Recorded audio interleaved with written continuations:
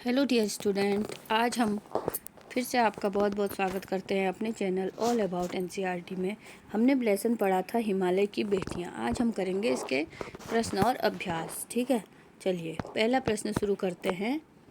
ये है class 7th का 3rd लेसन हिमालय की बेटियां। इसका पहला क्वेश्चन लेते हैं लेख से। नदियों को माँ मानने की परंपरा हमारे यहाँ काफ़ी पुरानी है। यदि लेखक नागार्जुन उन्हें और किन रूपों में देखते हैं? अब कहते हैं कि नदियों को हमारे यहाँ बहुत पहले से ही माँ माना जाता है और लेखक नागार्जुन उनको किस रूप में लेते हैं। तो इसका उत्तर हम देखते हैं। इसका उत्तर यहाँ से बताया जाएगा आपको। सदियों से हमारे भारत देश में प्रकृति को वरदान माना गया है। नदी, पवन, जल, इन सभी प्राकृतिक देनों की पूजा की जाती है। नदियों को माँ का स्थान दिया गया है। लेखक नागार्जुन नदियों को और भी कई रूपों में देखते हैं। लेखक नागार्जुन नदियों को माँ के साथ साथ इन्हें बेटी, प्रेयसी तथा बहन के रूप में भी देखते हैं। कहते हैं कि नदी को बेटी भी कहा जा सकता है, प्रेयसी भी कहा जा सकता है और बहन के रूप में भी देखते हैं। ठीक है, चलिए अगला प्रश्न देखते हैं हम। अगला प्रश्न क्या है? सिंधु और ब्रह्मपुत्र की क्या विशेषताएं बताई गई हैं? सिंधु और ब्रह्मपुत्र की क्या विशेषताएं बताई गई हैं? ठीक है, तो इसकी विशेषताएं देखिए। सिंधु और ब्रह्मपुत्र नदियों की महत्वपूर्ण विशेषताएं बताई गई हैं। सिंधु और ब्रह्मपुत्र नदियों को बहुत महत्वपूर्ण बताया गया है। लेखक क्योंकि इन नदियों के साथ हिमालय से निकली अन्य नदियों का नाम भी जुड़ जाता है। इन नदियों का नाम लेने पर हिमालय से निकली सभी नदियों की तस्वीर आंखों के सामने आ जाती है। हिमालय से निकलकर पिघली हुई एक एक बूंद से मिलकर ये दोनों नदियाँ बनी हैं। इन दोनों नदियों को महानदी कहा जाता है। उस समुद्र को बहुत सौभाग्यशाली माना जाता है जिस समुद्र में जाकर ये दोनों नदियाँ मिलती हैं। इसलिए सिंधु और ब्रह्मपुत्र नदियों को अति महत्वपूर्ण नदियाँ बताया गया है। चलिए अगला क्वेश्चन देखिए। काका कालेलकर ने नदियों को लोक माता क्यों कहा है? अब देखिए काका कालेलकर ने नदियों को लोक माता क्यों कहा है? 3rd क्वेश्चन देखिए। 3rd क्वेश्चन का आंसर है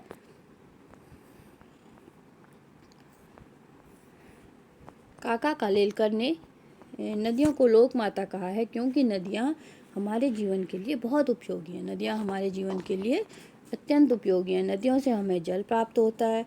इनका जल बहुत ही शुद्ध और पवित्र होता है। जहाँ जहाँ ये नदियाँ गुजरती हैं वहाँ हरियाली और समृद्धि फैलाती हैं, सभी को जीवन प्रदान करती हैं। और ये नदियाँ सब जगह हरियाली फैलाती हैं और सभी को जीवन प्रदान करती हैं। इन नदियों के जल से हम आधुनिक उपकरण बनाने में सफल हुए हैं। नदियों के जल से ही बिजली बनती है। यदि नदियाँ न होती तो किसानों के लिए खेती करना भी संभव नहीं होता तथा सभी की भोजन प्राप्त करने की मूल समस्या का समाधान संभव नहीं हो पाता। ठीक है, नदियाँ नहीं होती तो कैसे खेती होती, कैसे भोजन प्राप्त होता? नदियाँ हमारी माता की तरह हमें मातृत्व देती हैं। हमें भी माता की तरह नदियों का सम्मान करना चाहिए तथा इनकी पूजा करनी चाहिए। ठीक है, अगला क्वेश्चन देखिए। चौथा क्वेश्चन है हिमालय की यात्रा में लेखक ने किन किन की प्रशंसा की है? अब लेखक जब हिमालय गए होंगे तो उनकी यात्रा में उन्होंने क्या क्या चीज़ें देखी जिसकी उन्होंने प्रशंसा की है? तो इसका जवाब है हिमालय की यात्रा का वर्णन करते हुए लेखक नागार्जुन ने बर्फ से ढकी पहाड़ियों की, छोटे छोटे पौधों से भरी घाटियों की, पहाड़ों के बीच उन्नत हुई उपजाऊ भूमि की प्रशंसा की है। इनके अतिरिक्त लेखक ने चीड़, चिनार, देवदार जैसे वृक्षों के जंगलों का वर्णन भी किया है। ठीक है, चलिए अगला क्वेश्चन देखते हैं। अब है लेख से आगे। नदियों और हिमालय पर अनेक कवियों ने कविताएं लिखी हैं। अब कह रहे हैं कि नदियाँ और हिमालय में अनेक कवियों ने उन कविताओं का चयन कर उनकी तुलना पाठ में निहित नदियों के वर्णन से कीजिए। अब कह रहे हैं कि नदी और हिमालय के बारे में अनेक कवियों ने अपनी अपनी कविताएं लिखी हैं, उनका वर्णन कीजिए, उनकी तुलना। ठीक है, तो इसका जवाब है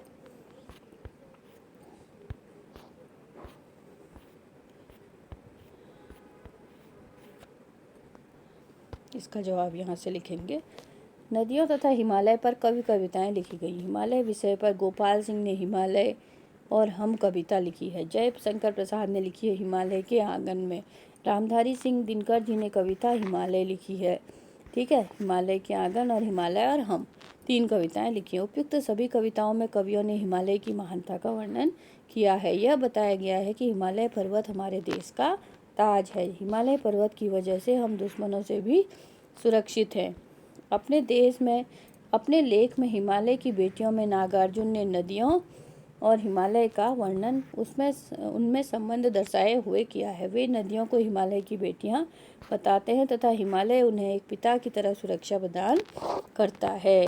ये इतने कवियों ने अपनी अपनी विशेषताएं बताई गई है। ठीक है,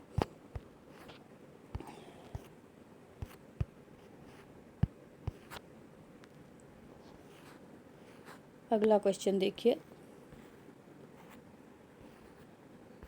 गोपाल सिंह नेपाली की कविता हिमालय और हम, रामधारी सिंह दिनकर की कविताएं हिमालय, जयशंकर प्रसाद की कविता हिमालय के आंगन में पढ़िए और तुलना कीजिए। ये कविताएं आप लोग पढ़िए और इनकी तुलना इस पाठ से कीजिए। ठीक है, यह लेख 1947 में लिखा गया था। तब से हिमालय से निकलने वाली नदियों में क्या क्या बदलाव आए हैं।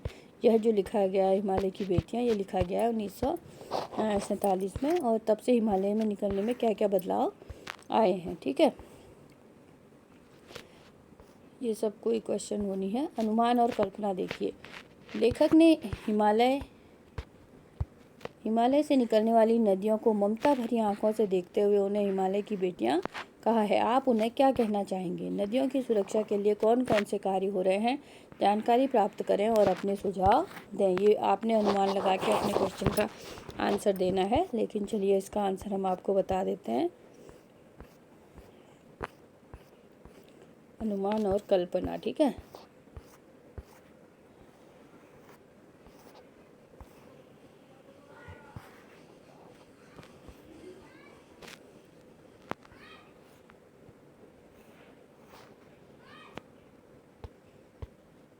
अनुमान और कल्पना का ये देखिए। नदियाँ पर्यावरण का एक महत्वपूर्ण भाग है। नदियाँ मनुष्य की जीवनदायिनी है। मनुष्य के जीवन की सबसे महत्वपूर्ण पानी है जो हमें नदी से प्राप्त होता है। खेतों की सिंचाई के लिए आवश्यक है जो हमें नदी से मिलता है। घरेलू कार्य भी बिना पानी के नहीं हो सकते। पानी के कारण ही हम जीवित हैं। सभी कार्य पानी की ही आवश्यकता होती है। सुबह उठने से लेकर रात्रि में सोने तक हमें जल की आवश्यकता ही होती है। नहाने, बर्तन धोने, ये सब आप जानते ही हैं। मनुष्य क्या, पेड़ पौधों को भी बिना नदियों के बिना किसी का भी जीवन संभव नहीं है, क्योंकि पेड़ पौधों के लिए पानी की आपूर्ति भी नदियों के ही जल से होती है। वृक्षों तथा पौधों के लिए प्रकाश संश्लेषण की क्रिया से ही पौधों तथा वृक्षों को भोजन प्राप्त होता है, जो कि बिना पानी के संभव नहीं है। जिन जड़ी बूटियों को बहता हुआ पानी छूकर निकलता है तथा वह नदियों में जाकर मिलता है, तो नदी के जैविक और रासायनिक गुण बढ़ जाते हैं। ठीक है, नदियों के जल से ही बिजली भी बनती है। विभिन्न आधुनिक उपकरण बनाने में नदियों के जल का उपयोग होता है। पहाड़ों से बहने वाली नदियों की श्रृंखला औषधीय गुणों से भरपूर होती है।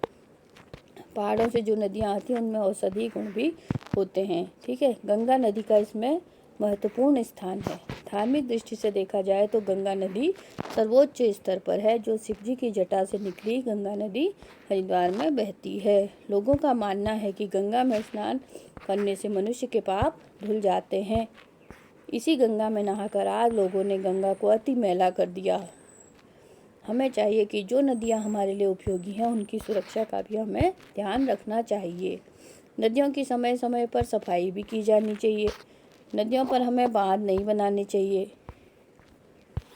ठीक है, नदियाँ हमारे एक माता की तरह पालन करती हैं। हमारा कर्तव्य बनता है कि हम भी नदियों की देखभाल अच्छी तरह करें। हमें नदियों की देखभाल करनी चाहिए और नदियों में गंदगी, कूड़ा नहीं डालना चाहिए। ठीक है,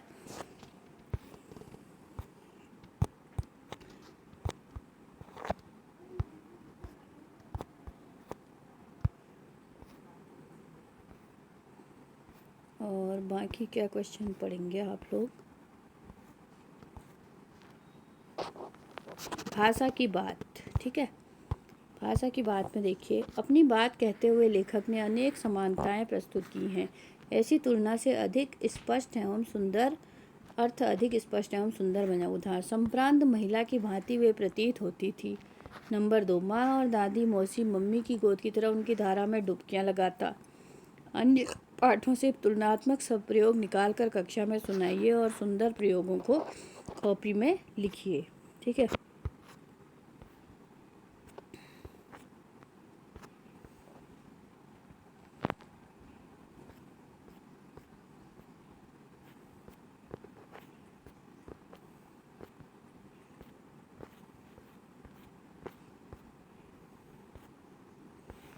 ये देखिए, इसका उत्तर है, बच्चे ऐसे सुंदर थे जैसे सोने के सजीव खिलौने। ठीक है। लाल किरण सी चोंच, लाल किरण सी चोंच, सागर के हिलोनों की भांति उसका स्वर गली गली के मकानों तक पहुंचता। संदूक खोलकर एक चमकती सी चीज निकली। मेरी आंखों के सामने शीत किरणों के समान स्वच्छ शीतल सी धुंधली छाया नाच उठती। ये सब प्रयोग बताए हैं जो कि आपके बुक में आए हैं।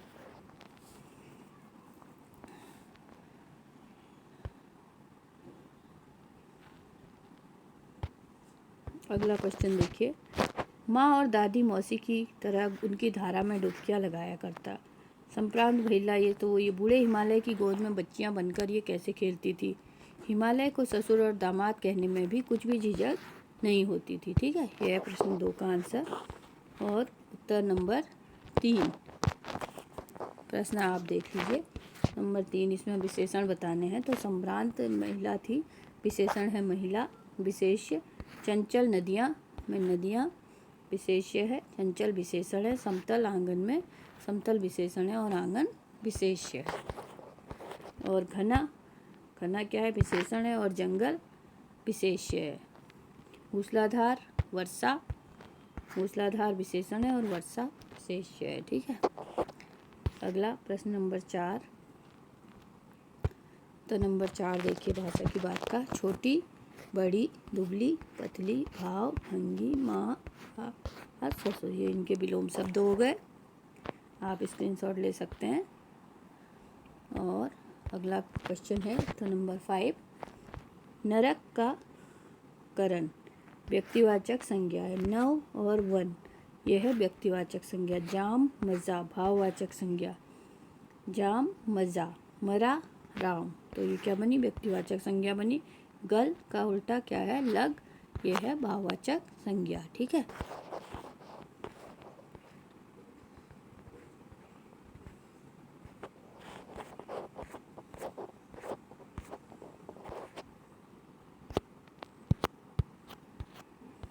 अगला क्वेश्चन देखते हैं हम। समय के साथ, क्वेश्चन नंबर 6 देखिए, समय के साथ भाषा बदलती है, शब्द बदलते हैं, उनके रूप बदलते हैं। जैसे बेतवा नदी के नाम का दूसरा नाम क्या है, वेत्रवदी है। नीचे दिए गए शब्दों में ढूंढकर इनके नाम अन्य रूपों में लिखिए। अब देखिए, सतलुज का नाम बताना है आपको, रोपड़ और झेलम, चिनाब, इनके नाम बताने हैं कि इनके नए नाम क्या हैं। तो इनके नाम देखिए, ये क्वेश्चन बहुत इम्पोर्टेंट है और ये आपसे पूछा जा सकता है। ठीक है। सतलुज का नाम है शत्रुदुम, रोपड़ का नाम है रूपपुर, झेलम का नाम है वितस्ता, चिनाब का नाम है बिपाशा, अजमेर का नाम है अजय मेरू, बनारस का नाम है वाराणसी। ठीक है। ये नदियों के नाम आप लोग बार बार पढ़िएगा तो आपको याद हो जाएंगे। ठीक है। चलिए, अब ये है, मैं कल शायद पाठशाला जाऊं, मैं कल शायद पाठशाला न जाऊं। तुम्हें शायद इस बात की जानकारी, तुम्हें शायद इस बात की जानकारी न हो। बच्चे आज शायद ही यहाँ खेलें, बच्चे आज शायद आज यहाँ न खेलें। वाक्य और विश्लेषण, ये वाक्य है और ये इसका विश्लेषण है। ठीक है। चलिए, तो यहाँ पर इसके क्वेश्चन आंसर पूरे होते हैं। अब हम कल पढ़ेंगे, नया लेसन पढ़ेंगे। आप हमारे साथ बने रहिए और इस लेसन को 2-3 बार रिवाइज करके अवश्य पढ़िएगा, तो आपको समझ में आ जाएगा। और वीडियो को लाइक और शेयर और सब्सक्राइब ज़रूर कीजिए। Thank you so much.